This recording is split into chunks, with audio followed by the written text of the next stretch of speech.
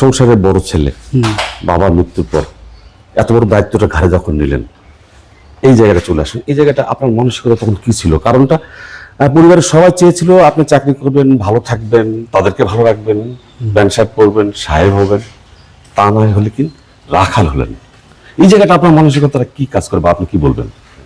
তো সংসার তো চালাইতে হবে, যা পুঁজি আছে বসে বসে খাইলে তো রাজার ধনশীল হয়। তখন চিন্তা করলাম কিছু তো একটা করার দরকার।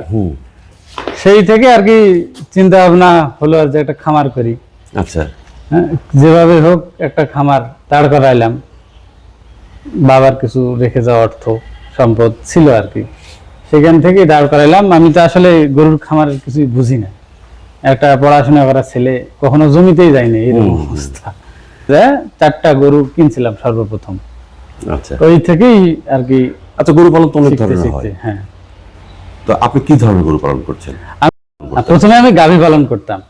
তো গাভী পালন করে এই যেগুলো আমার সব আমার গায়ের বাসার গায়ের বাছুর। আচ্ছা, আসলে কর্ম তো একটা করতেই হবে, সেটা চাকরি করেন বা ব্যবসা করেন বা খামার করেন, কিছু তো একটা করতে হবে।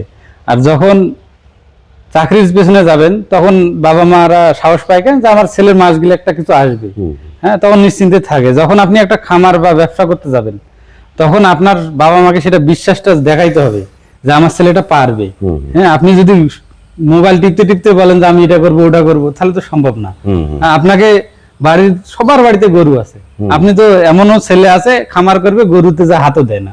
হ্যাঁ, আপনি আপনার বাবাকে বলেন যে গরুগুলো আমি দেখতেছি, 1-2 বছর আপনার বাবা আপনাকে দেখুক, হ্যাঁ, যে আমি সব পারবো, যে আমার ছেলেই পারবে, তখন আপনার বাবা কি করবে?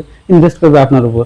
তাছাড়া একটা মানুষ সাহস না পেলে তো এই সেক্টরে ইনভেস্ট করবে। মানে অভিভাবকের দৃষ্টিটা তার নিজের দিকে তো আনতে হবে, বোঝাতে হবে, এবং অভিভাবক যেন বিশ্বাস করে যে পারবে। পারবে। হ্যাঁ, না পারলে আমি আছি তো।